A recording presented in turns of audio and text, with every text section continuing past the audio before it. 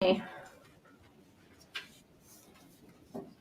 right, good evening, everyone. Thank you so much for joining us for this event.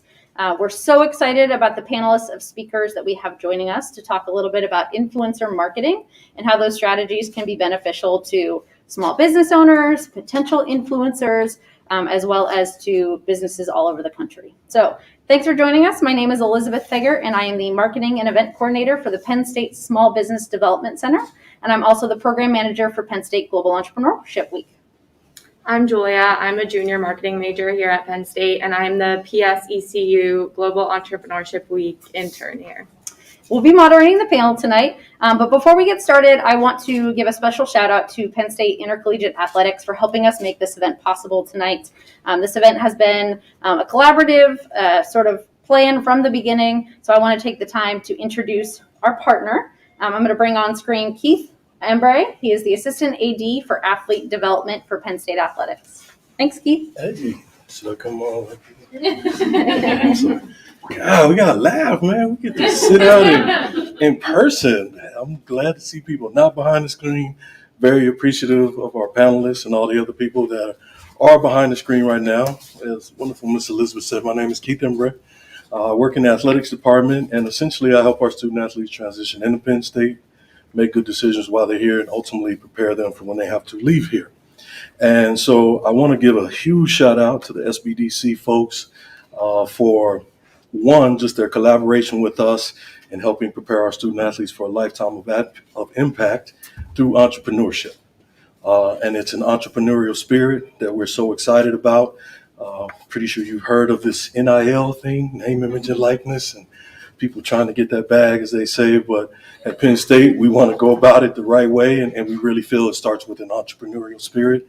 And that's why our collaboration with SBDC and Launchbox has been tremendous in helping us. So on behalf of our Director of Athletics, Ms. Sandy Barber, and all of ICA, we just want to thank you folks. We want to thank our distinguished panels that will give us some knowledge and wisdom tonight. And then just want to share with you, I was taking really quick notes, the importance of an entrepreneurial spirit. Prepares you for uncertainty, helps you develop critical thinking, leadership, confidence, right? And one of my favorite things on here, helps you have an impact in a positive way on the world you live in. That's what entrepreneurs do. So enjoy. Thank you again on behalf of Intercollegiate Athletics. And, Thank you so much, Keith. All right, so Julie and I are going to take a seat here before we engage in our conversation with our panelists, who I'd like to very briefly introduce. So first off, joining us is Bradley Kraut, Marketing Director for Gerba Jeans. Bradley is a junior at Penn State, majoring in public relations with a minor in recreation, park, and tourism management. He's also a Penn State cheerleader, marketing director at Gerba, and a college athlete relations intern at Cuts Clothing.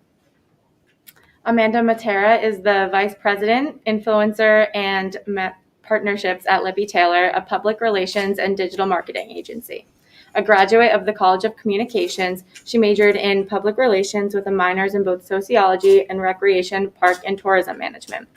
Throughout her career, Amanda has focused on social media marketing, influencer, and media partnerships. She has worked with a wide range of brands, including luxury, fashion, retail, healthcare and wellness, food and beverage, beauty, travel, sportsbook platforms, and transport.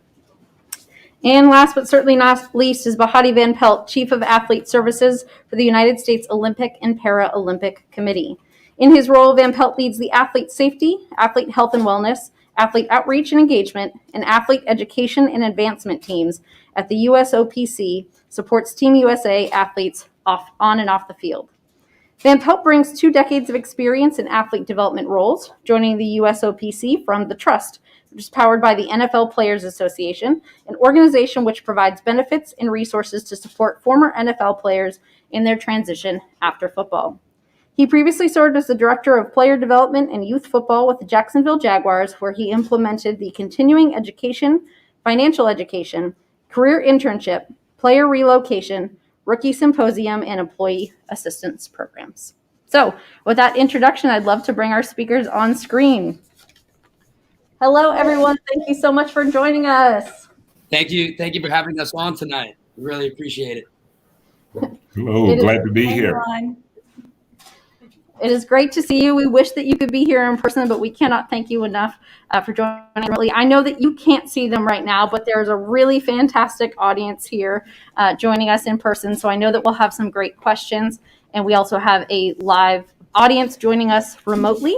So I do want to let our audience members know that if you are joining us remotely, you can still interact with our panelists tonight. You should be on Facebook or YouTube, and you can drop those questions right into the chat. Those will come right into us, and we will be sure to pose those questions to our panelists at the end of today's session. So a little bit about the format tonight. We'll get started by asking everyone a question, and then we'll probably jump through and talk to each of our panelists a little bit individually before bringing them back to the screen as a group where we'll engage in a collective conversation. All right, let's kick things off. So I'll be asking the first question tonight, and this goes towards, this goes to all of the speakers today. Tell us about your experience working as or with social media influencers or brand ambassadors. So whoever would like to answer that first. I'll jump in. So I've had quite the range, everything from working in fashion and loading boxes to mail to individual influencers in hopes they would do a social post, through to, being on set for web series with higher level talent and eventually TV commercials with celebrity as well. But a lot of it is focused on social campaigns and even in-person events with a wide range of influencers. Great, thank you. I'll hop in next. So I guess I could definitely say, I'm kind of like an influencer myself. Just like being an influencer, the biggest thing for me is like being passionate about a product. For me, it's not always about the money or the free product. If I'm going to promote something, I want to make sure it's authentic and genuine. The same goes for the brands which I work for. I find influencers who are truly interested in the the core values of the company and the product that I want to get to them. I don't want to I don't want to be working with someone that we just pay them a lump sum and then they just go and promote it. I want like that true real authentic relationship with them. Excellent. And we know that your perspective tonight, Brad, is going to be valuable as someone who's actually doing some of this work. Bahati, how about you? All right. So I am probably the complete opposite of Brad, which I am not an influencer, have very little interaction on social media. I'm probably one of the few people that I know that has never been on Facebook or Instagram or Twitter. But with that being said, I do know the power of the medium as far as athletes being able to leverage their name, image, and likeness to increase the awareness around them, not only on the field of play, but off the field of play, and really market themselves in a way that would be attractive to sponsors and corporate partnerships. So in my role, it is my responsibility to make sure that as an organization, we are educating and providing opportunities for our athletes to connect directly with Team USA sponsors so that they have the potential to have earning opportunities off the field of play. Excellent. We're so excited to have your perspective as well, Bahati. I mean, between the three of you, we really have the full spectrum, right? We have someone who's actually working as an influencer. We have someone who's worked with lots of brands on how to navigate these relationships. And then we've had someone on the sort of other side of things helping influencers, but specifically athletes who are working in that capacity, navigate relationships at a much higher level. So we hope that our audiences in the audience, as well as those of you who are in today, ourselves represented in that in some way or form, and can start to think about how you might utilize some of the influencer tactics that we're talking about in your own lives, either in promoting your own personal brand or establishing a professional brand. So I think we'll jump in and we'll ask a couple questions of each of you individually. Yeah, so my next question is for Brad. We're going to be talking about the benefits of influencer or business relationships. So as someone who works to promote a brand on social media, can you share a little bit about how you first became an influencer? Yeah, so I'm going to be straightforward. I really just don't care what people think about me. And just having this mentality has definitely led to many great opportunities for myself, which is one, the first one is, being with the company, which my buddy started, about 2 years ago, which now I'm actually one of his business partners for the company Gerba. But when I first started out, I was an ambassador and I was promoting on my Instagram, Snapchat stories. And it was like, it all started out as like, people are like, oh, Brad, this isn't going to go anywhere. And, making fun of me for, promoting a product, through like social platforms. But I kind of just like stuck like true to myself and just, kept pushing the product, I truly believed in it. And then, as we grew more and more, people started to respect it, and other companies saw what I was doing for Gerba, and they ended up wanting to like me to promote their brands as well. Very cool. And then how has the use of influencers like yourself helped Gerba emerge as a brand? So I would say the biggest thing for that is definitely like the recognition factor. For example, all of our influencers haven't been paid. They rather just receive, free product. And for us, we try to get pictures of the influencers wearing the products and then, use that as content for our Gerba page. And, when we post these, people see these, celebrities or, famous athletes, wearing our products. And, these tend to get a lot of, traction and shares like on Instagram just because of those faces. And I would definitely say like this has 100% helped grow our brand. And it looks really good on like the PR standpoint as well. Brad, it sounds like those relationships are pretty mutually beneficial for you, sort of working on the small business side of things, right? Helping to run a small business brand and working with those influencers. It's great for you in growing your brand, but it's also beneficial to them as well. As someone who's sort of been in that influencer role, would you say that's accurate? Yeah, I would say that's definitely true because, my biggest thing and, in the position that I'm in today is, just continuing to build relationships and networking with people. I'm a big believer in the more people the more opportunities that will come. And, it can be like a mutual thing where it's, all right, I'm going to send you a product. You'll get a picture in it. We'll push it up on our page. That'll help us because, they might have like a big following and stuff. But then on like the other end, it just will like look good for the company. And, it's nice to have people that like truly like believe in what we're doing. Yeah, absolutely. And I know that you've had some cool opportunities come as a result of your relationship with Gerba. So we're going to come back to that. But I do want to jump to Amanda for a minute here. And Amanda, so, Brad just mentioned a little bit about how working with an influencer or a micro influencer or a brand ambassador, right? All of those are terms that you could use to reference someone who's sort of promoting a brand. I'd imagine that could be really beneficial for a small business owner. But are these relationships between a business owner and an influencer or a micro influencer, are they accessible to small business owners? Yeah, definitely. I mean, it shouldn't be anything that is intimidating for small business owners. There's so many ways to reach out to local influencers, people who just have a voice in your community. And they really are beneficial because there's so many reports right now that show that consumers are really trusting reviews and recommendations from people they know over some classic advertising. And even though they might not personally know these people, they feel like they do. They follow them, they know their story. And there's so many ways that you can connect and reach out with them that it's just a great entry point into marketing for your brand. Great. Now, I know that, and I think we'll get into this a little bit more later, but I'd imagine that these relationships can be a little bit costly. So Brad mentioned one way that an influencer or a micro influencer can work with a brand, and that's just by, receiving product and promoting it.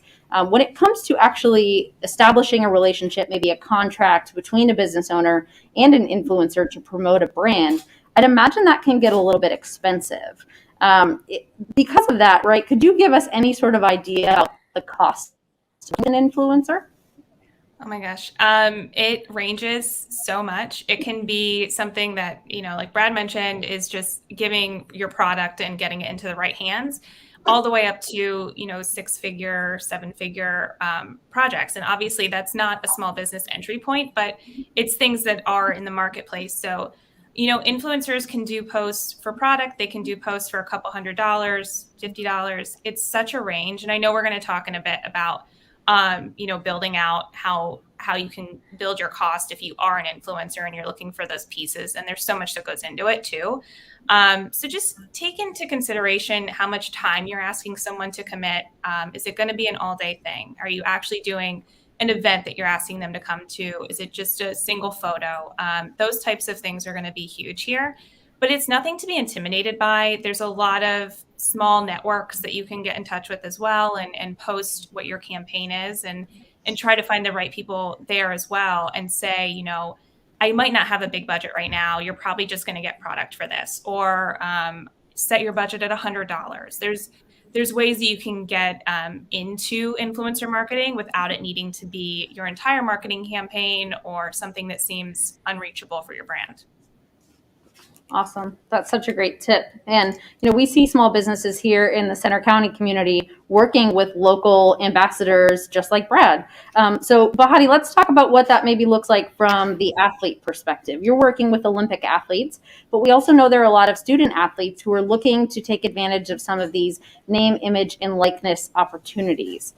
So can you talk a little bit about sort of how athletes, or, you know, Olympic athletes or student athletes, can actually help promote the corporate brands that they're working with? Like, why would these two individuals want to work together? Yeah, great question. So for us, as we began to see how the landscape in this space was going to change a little over a year ago, we started thinking, you know, how can we assist and support Olympic and Paralympic athletes that are looking to either increase the awareness to our Team USA partners, or get into this space initially and then build their brand so that they would be, you know, for lack of a better term, more marketable to Team USA sponsors. So what we did was we worked and built a platform. We call it our athlete marketing platform, AMP for short. And really what it is a way to have technology assist in the marketplace. So real quick, what it is that as a Team USA athlete, you receive an invite to register and be invited into AMP. And then with that, the Team USA partners, and some of them are some of the most recognizable brands, you know, in the world. We're talking Coca-Cola, Delta, Salesforce, Toyota, etc. Those Team USA partners can then go in, do your profile as an athlete. They can reach out to you individually and say, you know, we have this opportunity to work with a Team USA sponsor. Would it be something you're interested in?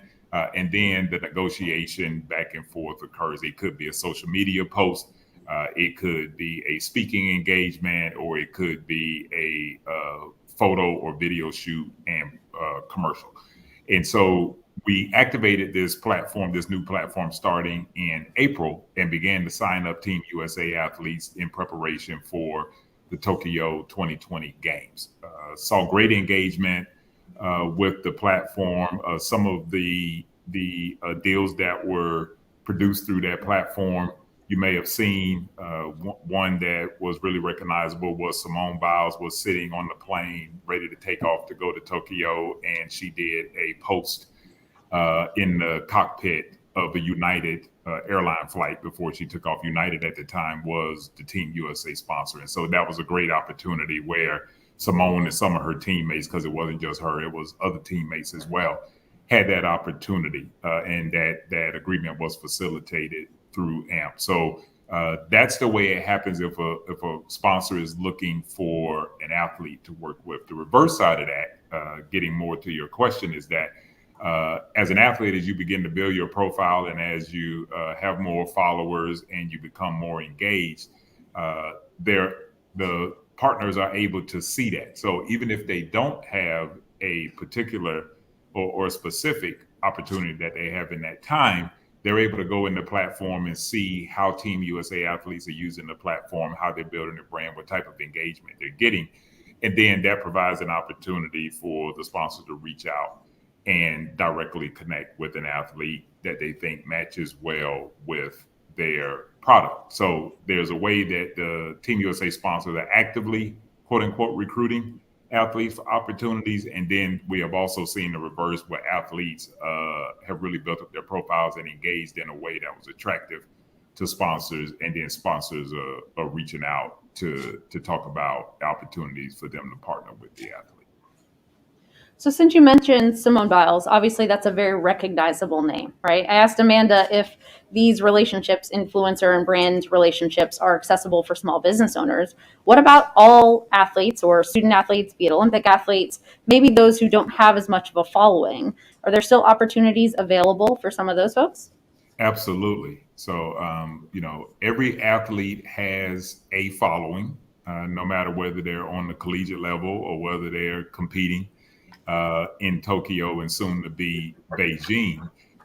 And what I found just in our conversations with our particular sponsors, that it's not always about the name and it's not always necessarily about the amount of followers, but it is about, is there a connection between the athlete and the brand? And it could be a region where a partner has a significant customer base. It could be a particular sport that the partner sees engagement or alignment with. And then not necessarily the amount of followers, but how engaged those followers are with that athlete. Does the athlete post on a regular basis, likes and data that helps a partner to understand the engagement that is happening between the audience and the athlete? And so it's not always just about the name. There are very few Simone Biles and Michael Phelps in the Olympic and Paralympic movement. It's more of the athletes that are working hard, they are excellent in their sport, but they may be participating in a sport that is not on the national spotlight and not well known. And that has been one of the biggest advantages of what we've done in this space, is that we've grown the pie and opened up the space. So those athletes that maybe previously were not known to our Team USA sponsors or not aware that there were opportunities, and now starting to get those opportunities, especially on the Paralympic side.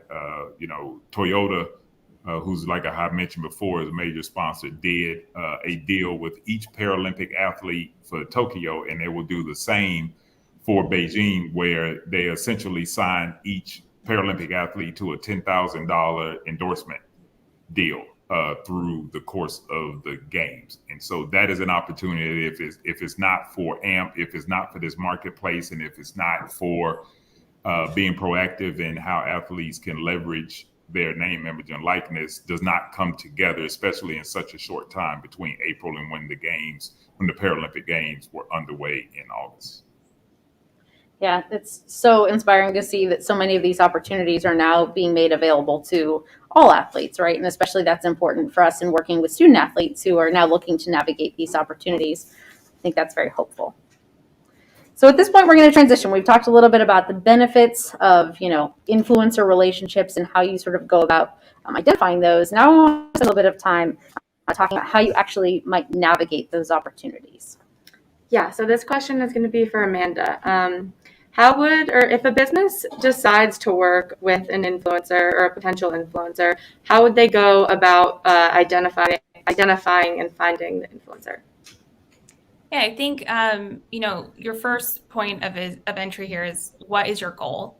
So if you're a small business that you're really just looking for your local neighborhood and your local community, take a look at if you have local bloggers. Do you have someone who runs an Instagram that's all about local restaurants and local food, and you're opening a restaurant or something along those lines?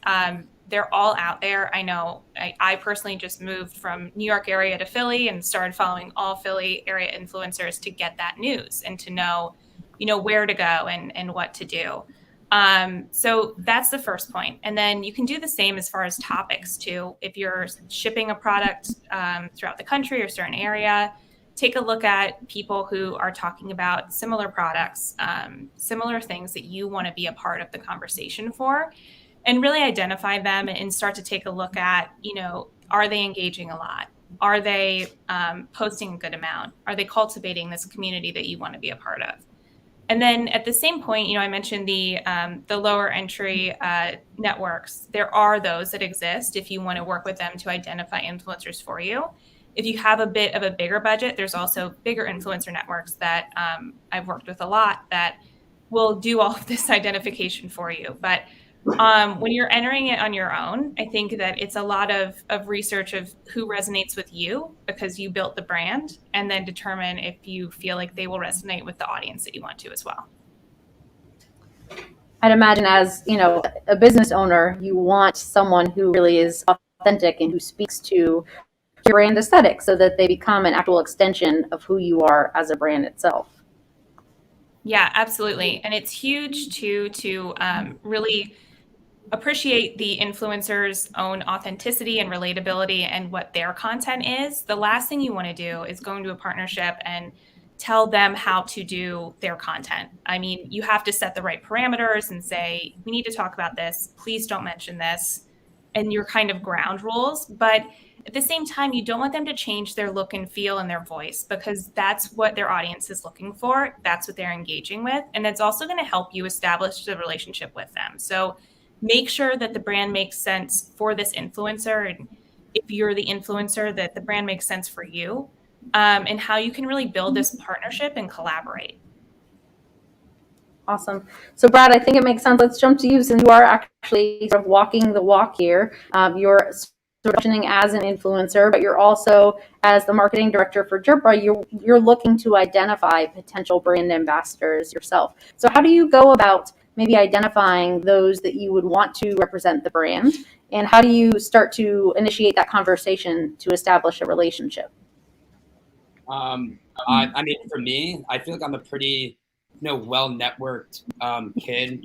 Like I said before, the more people the more opportunities that can come. And by me putting myself like in this situation, coming into Penn State with 40,000 students, I wanted people to know like who I am. And through that, I started meeting incredible people, and then through meeting these incredible people, it's led me to meeting athletes on like the Penn State football team, or even just just people on campus that follow me and reach out to me and say, hey, like I want to be an ambassador for Gerba. And just by me putting myself out there, people are like finding me. And then once people like reach out to me, obviously I kind of do like a little background check on them, see if they like fit the vibe for the company. And then most likely, they're always like super excited to like come on board and join like the Gerba team, or even for cuts, I have to find athletes that, fit the vibe, like the cuts vibe, like the t-shirt vibe. I'm wearing cuts right now. And, if I feel like they fit the vibe, they have the right following, they have great engagement, then, I bring them onto the team. And, more than likely, if I'm reaching out to them, I have a good rate of, responses, and then I get them rolling with, whatever we're trying to do with them.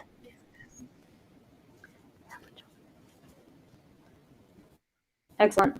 Yeah, I know that the things, Brad, we connected about participating on this panel. One of the things that really struck me as, why I think you'd be a great fit is you talked about the importance of authenticity, right? Being yourself as an influencer. You are like working to represent a brand, and there can be a lot of benefits to an influencer or a micro influencer, right? Product or income to partner with a brand, but you also don't want to sacrifice who you are as an individual. Amanda said that's ideally why a business would have reached out to you in the first place. Yep. Our next question will be for. Oh, I'm sorry. Our next question will be for Bahati. How can athletes or influencers make themselves appealing to sponsorship opportunities? Be authentic would be my short answer. I think that one of the easiest ways to get into a space where there's a disconnect or an opportunity to have a bad experience in this marketing opportunity landscape is for an athlete to not be authentic, because eventually that will show up. Who you are, what you believe in, what you stand for, what is contrary to those beliefs eventually will come out. I think a couple of other things that athletes can do is partner with brands that you may feel have a long-term positive impact, either financially or for you from an image standpoint. and that may not necessarily always mean chasing the opportunity that has the highest monetary value. I think that would be another thing to consider when you're looking for opportunities. And then third, just understanding, do your research and understand the company, understand the leadership, understand what that organization's mission is, and just make sure that that aligns with what you will want your name to be attached to. Because at the end of the day, you can boost that particular organization's profile through the amazing athletes and amazing people that you are. But the flip side of that is that the wrong company attached to your name could be a detriment to your own personal brand as well. Yeah, Keith mentioned at the beginning of the talk that we as the Small Business Development Center have been working with their team to provide some education for student athletes to help them navigate these opportunities. And how I've sort of thought about, evaluating a potential partnership is think of yourself and the brand as a Venn diagram, right? What are their core mission? What are their core values? And what are your core values? And what's your mission or your goals? And if there's an overlap between those two circles, then I think it makes sense to start to more strategically evaluate that partnership. But if there's not any overlap whatsoever, it doesn't seem like that would be a really strategic move for an influencer or an athlete to really pursue. Do you have any other tips for, if you're, be it Olympic athletes or student athletes or influencers, when they're starting to evaluate a partnership, any other things that they should really sort of hone in on to decide if it's the right relationship for them? Yeah, I think beyond just the relationship with the actual company is, an evaluation of, do you think you need representation? Because the brand is going to have representation. And so you have to do your due diligence to decide, is this something that you can navigate on your own? Is there someone that may be within your circle that can help you navigate? Or are you starting to arise to the point where you need to have a more professional relationship regarding representation? Just a quick stat for this group, only about 10% of Olympic and Paralympic athletes have agents. That means 90% don't. It doesn't mean that only the 10% that have agents are getting opportunities, but it for some, it may be the difference between how many opportunities and to what monetary value they have. They do have an opportunity to get, but that is solely the decision that has to be made for each individual athlete. And so understanding the legal aspects, understanding IP, understanding how they can use your image, how long they can use it, when they can use it, where they can use it. Those are all the things that you have to make sure that you are thinking of, and then making sure that you understand. I'm a big believer of that an athlete should never engage in an opportunity or professional relationship with someone that either A, doesn't align with what their beliefs are, two, the athlete doesn't understand what is being asked and required of them, or three, the person that is representing that athlete can explain it in a way that is easily digestible and understandable by the athlete. And that's a conversation that I used to have with professional football players all the time in my previous life. And that would be the same guidance that I would give to athletes that I am currently working with today. I think there are amazing benefits to having representation when you're out looking for these marketing opportunities. Just be smart about who and what you give as far as authority to represent you and to negotiate and to be proactively looking on your behalf, and then always make sure that you truly understand and are clear about what is being asked of you, and then what the requirements are for you to complete the marketing opportunity, and then obviously how much you're going to get paid and when that payment is due, and is there anything that would affect positively or negatively the amount that you would get paid based on the endorsement opportunity. And I'm so glad that you referenced the legal and financial implications of some of these opportunities, because these are business deals. And I think that, anyone who is pursuing a potential opportunity, both, from the brand side of things, as well as from the ambassador side of things, really need to have a solid understanding of those things and make sure that they have a solid team who can help them make sound decisions so that they're not taken advantage of. I'd say, real quick, a couple of more things I'd add to that too is, number one, understand the tax implications.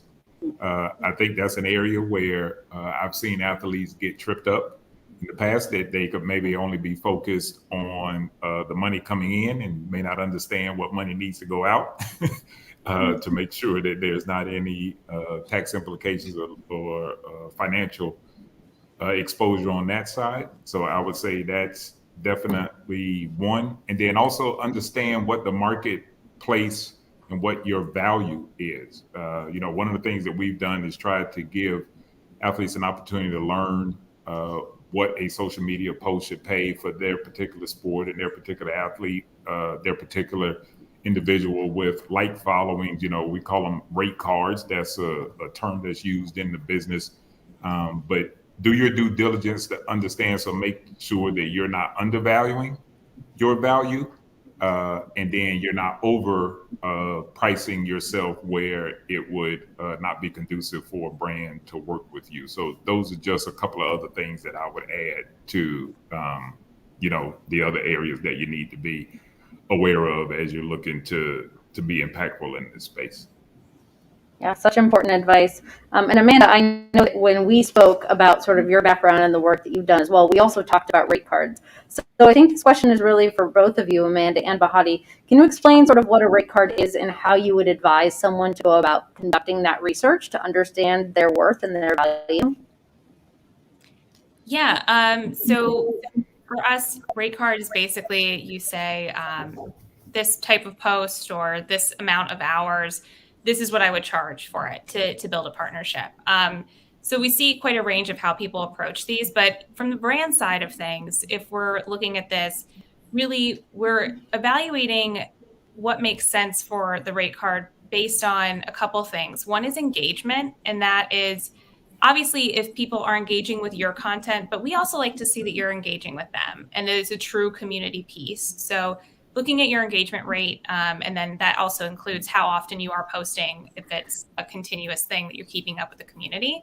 And then follower reach. I know there's a lot of options right now for influencers to, build up their following with buying bots and things like that, but it's very easy to tell. So we're looking at what the active audience is like as well. And then this is a huge part. It's as I said, just knowing the quality of your content, the time that you're going to put into it. Is it going to be a full day? Is it going to be a few hours? What is the effort that you're putting into this to make sure that you get the same out? And then also just researching too, what within your pillar, your expertise, other people are charging. When I work with doctors for healthcare clients, they're going to charge differently than a musician is or an athlete is. Like, it's all different, but they could still be the expertise within their field. Well, I love that you emphasize the importance of, these influencers or brand ambassadors understanding the value of their time. Because oftentimes these, what they're being asked is not so simple as just posting something, right? It can be really time consuming. So really thinking that through and the commitment that you're going to take on, because if you are a student or you're a student athlete or you're a business owner, it is time consuming, and you want to make sure that you're being compensated fairly for that. Yeah, and know too that, if you are focused on social media, that's great. But if you're building out a rate card, put in what those post costs and that time costs. but also include if they want you to join an event that's live or virtual, if they're expecting you to be involved in something for the brand that's going to take up a whole day. Put what your hourly rate or your day rate is for an appearance as well. Great. Next question is for Brad. Has your role as a brand ambassador for Gerba jeans led to any additional opportunities? I would definitely say yes.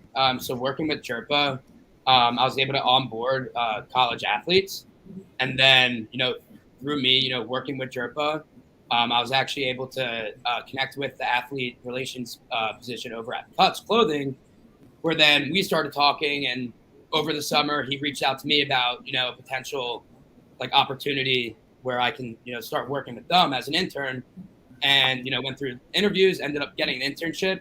And then, so this whole past semester, I've been interning for them, working with college athletes. And, it's awesome to be working with such a massive company, learning from them. And then obviously I can take that knowledge and just use it for myself.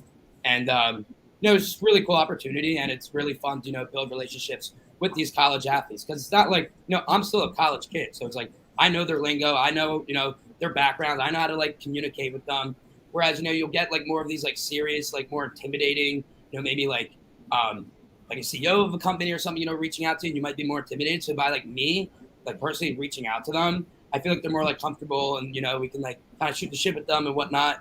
And then, more than likely, we always, seal the deal with them and, get them product, and they love the shirt. So. Yeah, so from these relationships that you've made with the college athletes, can you share some of the types of opportunities that exist for them? Yeah, so basically most of our athletes get merch as we just look to build relationships with them.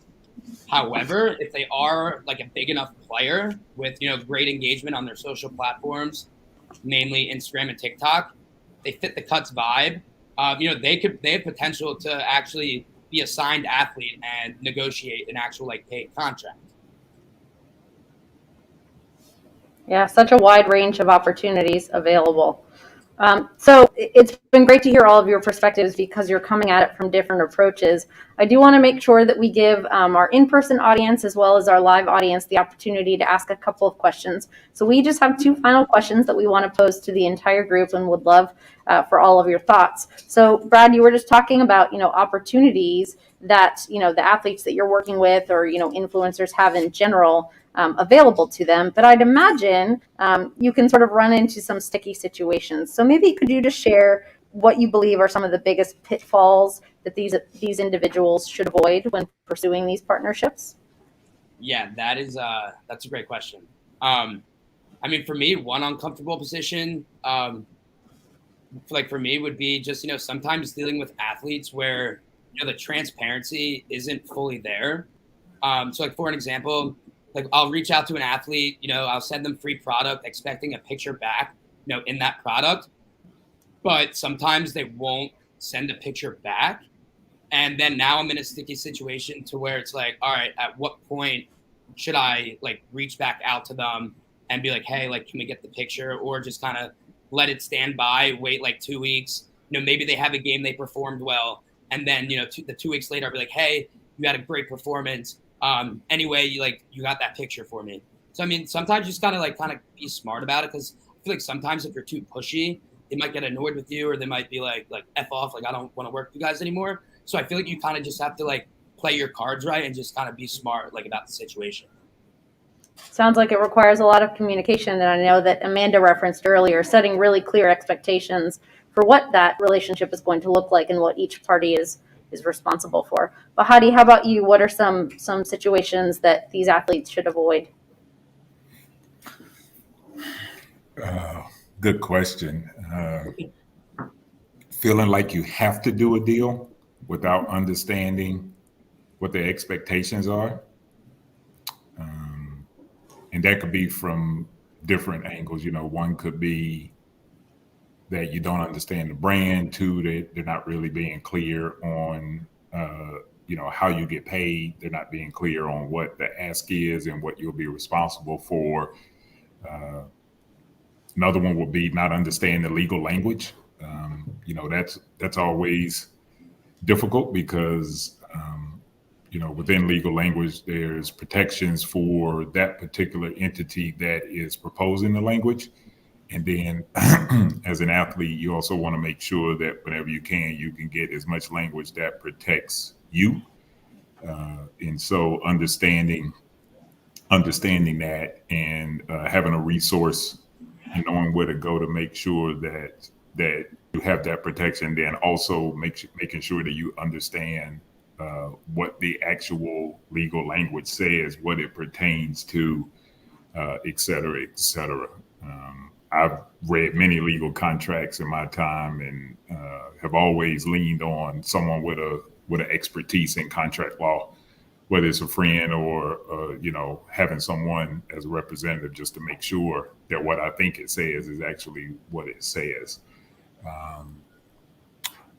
I think maybe one more area, and Amanda mentioned this, is that being aware of, if you think it's only a small amount of, if it's a small time commitment is your expectation, and it ends up being a long time commitment from the brand's standpoint.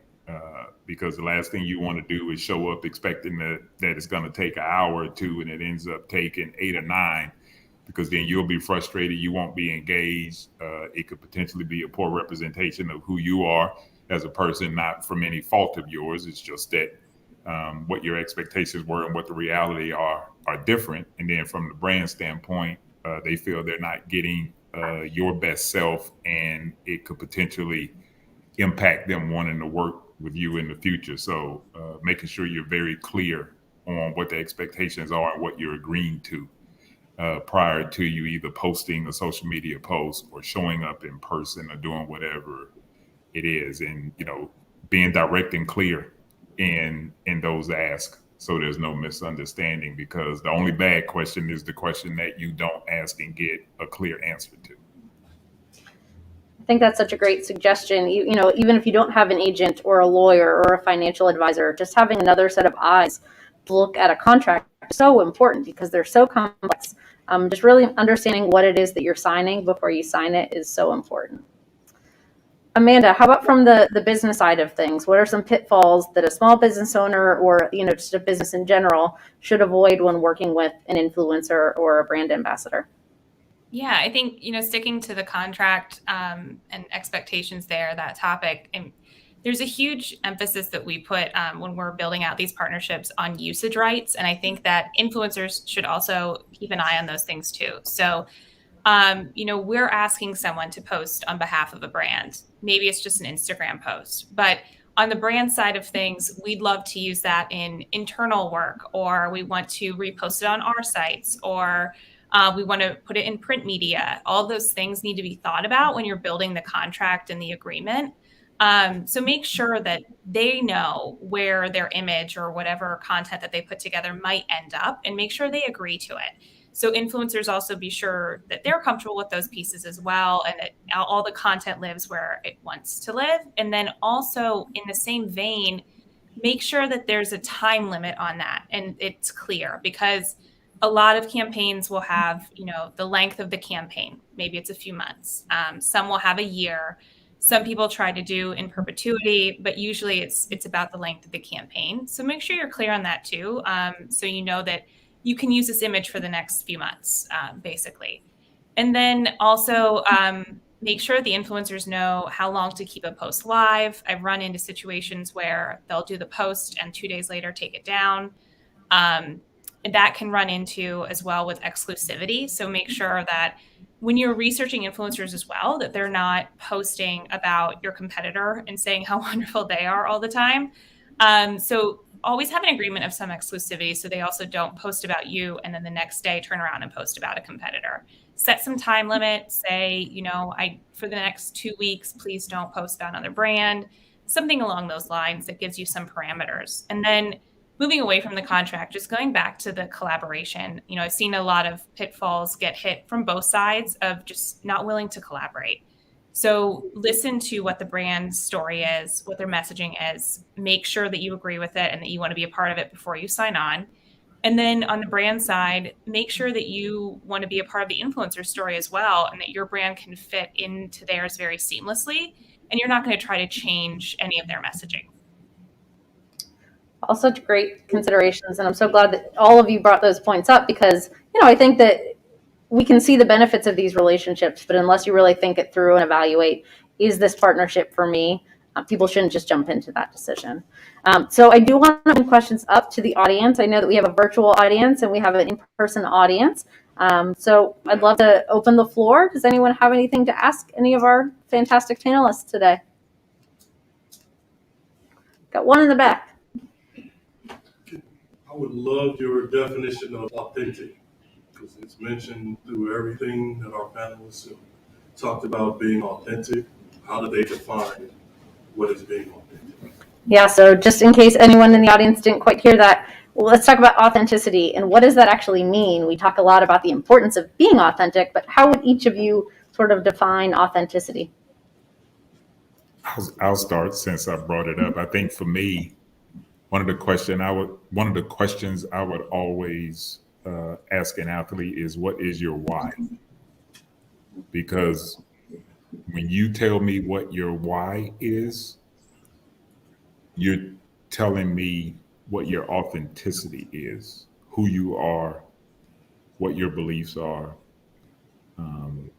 how you see yourself, what your goals are. There's this concept in design. It's design thinking about designing around the customer. And when people are doing research to figure out how to design around a customer, there's this process that they go through, which is called the 5 whys. And so you'll ask a subject a person a question, they'll answer, and then you will dive a little deeper and say, but why? And then they'll go a little deeper and you'll say, but why? And you'll keep going and you'll keep going. And it could be more than 5, but the concept is the 5 whys. And what that is that the more you start to unpack and get answers to that question of why, eventually you will get to the core of either what that person needs, what their expectations are, or what they want to see out of that experience. And then what that does is that helps the person that's asking to design around the core of what that customer experience is, as opposed to designing around what may be on the peripheral and may not be quite as important for that customer, and you end up missing the mark. So that's kind of how I look at it when you talk about being your authentic self. Yeah, great advice for anyone. Brad, how about you? When I think of authenticity, I just think of being like true and real with people, if that makes sense, and being transparent. If I'm working with someone, I want them to be straightforward with me. I don't want them to lie to me and say they're doing something else, or they make an excuse of why they couldn't get a task done or something. I just want full transparency, and I feel like the transparency then turns into their authentic selves. Yeah, you talked earlier about the importance of building a network and relationship building in general, and I think that's such a key component to any relationship. Because if you're authentic, it'll build your credibility, and then people want to go to you for more and more. And that's kind of what I'm trying to do now, with myself only being 20 years old. I'm just trying to show people that I am a reliable source and credible. So if they need something done, they can come to me, and I'll go out and go do that for them. Yeah, I think credible is the exact keyword there. You want to be seen as a credible source because then people will want to work with you. How about you, Amanda? Yeah, from the brand side of things, a lot of research goes into picking the right talent to work with. So make sure that if your product or your brand, whatever it might be, if it's a topic that they're already talking about. So if you have health food, make sure that they're talking about a healthy lifestyle and it's already authentic and can fit into their story right away. And make sure they aren't doing anything that would contradict your brand in the same way. You don't want to work with someone and have this story feel really forced for them. And I think that's when things become inauthentic. It should feel like it's something that they would be posting about anyway, and that their followers would be used to reading and be invested in for them. So making sure that you really do your research and that they follow the same type of interests or lifestyle or hobbies that you're trying to align with your brand. Yeah, even as a consumer of information, I think we've all seen, right, when someone posts something that is so very clearly an ad, right? Yeah. And it doesn't make me as the consumer want to buy that product because I don't feel like that's a genuine endorsement for the product. I want someone I can trust, like Brad said, who truly is, validating the product and can speak to that. Yeah, we haven't touched on too much, but the guidelines for disclosing that you're being paid for something or that it is an ad, those are in place. We have to make sure that we follow them. But there's ways that, having that hashtag ad or that brand partnership at the top of the post show up, still not feel forced and still feel like the product means something to you, even though you do have to disclose that for obvious reasons. Yeah, and there can be legal ramifications if you're not following those guidelines. So I wish that we had more time to talk about all of this, but if you are pursuing, brand ambassador opportunities or partnerships, definitely look into disclosure guidelines because they're really important. Do we have any questions that came in from online? We do. We have one. When influencers go off the path or break contract, how do you deal with helping them get back on track, or do you just let them go? Amanda, I think we'll start with you on that one. Yeah, I mean, it depends. Like, if you have a true contract in place with someone, they've signed on to something, they're beholden to that. So a lot of times it's a matter of bringing those pieces up. And, we talked about making sure that certain safeguards are built into whatever you sign on to. So there will be ways of you breaking contract. And for the brand side of things, there's protections there of making sure that they get the certain amount of content from you, or they don't have to give you the full compensation that you planned on. And then on the influencer side of things, if you feel like something isn't working out, I need to step away, make sure those pieces are built into the contract as well to safeguard your point of view and what happens with you if you for some reason can't fulfill this any further, because there's always a need then to make sure that it's fulfilled. So we don't usually just let people go unless there's an outstanding reason and things have been discussed. It's usually what's in that contract and how can we work through this, and it's working with managers and teams or the person themselves to make sure we can find an agreement. Clearly further reason for a business to do their research and understand who it is that they're going in to partnership with, and same for influencers as well, right? By doing your due diligence, by researching those relationships in advance, you can stay true to your authentic self while still being authentic and true to the brand it is that you're representing. Any other thoughts? I'll just kind of chime in. I think for me, one thing I would say to this group of athletes is that embrace this opportunity. For a long time, this was not an opportunity that was available for student athletes. I was a student athlete in college, and I doubt very seriously if anybody would ever have done an endorsement contract with me. But if I had had the opportunity, I definitely would have looked to take advantage of it. But this is a new space. It will continue to evolve. There is a lot that we are learning, that I am learning in my current role, that brands and sponsors are learning, and companies are learning as they navigate this space. But embrace the opportunity, enjoy the benefits of it, and continue to be aware of where there could possibly be some pitfalls, and lean on those that have expertise in this area to ensure that you're getting the best positive experience out of navigating this space. Well, and the good news is that I think thanks to all of your advice, the three of you, our students, our student athletes, and business owners will be much more equipped to pursue those opportunities. So I just want to thank the three of you for joining us tonight. This has been so valuable to our audiences. We really appreciate your time and your support of Penn State students and Penn State GEW. We are. All right, we're going to say goodbye to our panelists as we close out today. So thank you for joining us. I do want to wrap up with just 2 procedural items.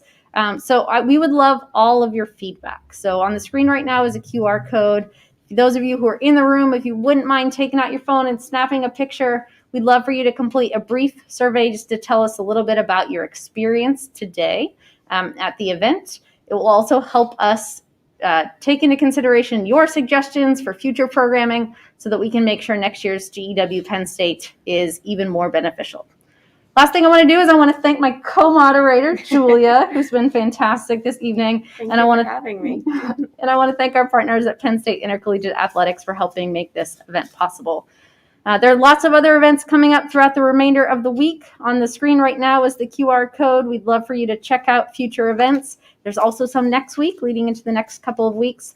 Lots and lots of resources and opportunities for entrepreneurs here at Penn State as well as to the surrounding communities. So we hope you'll check those out soon.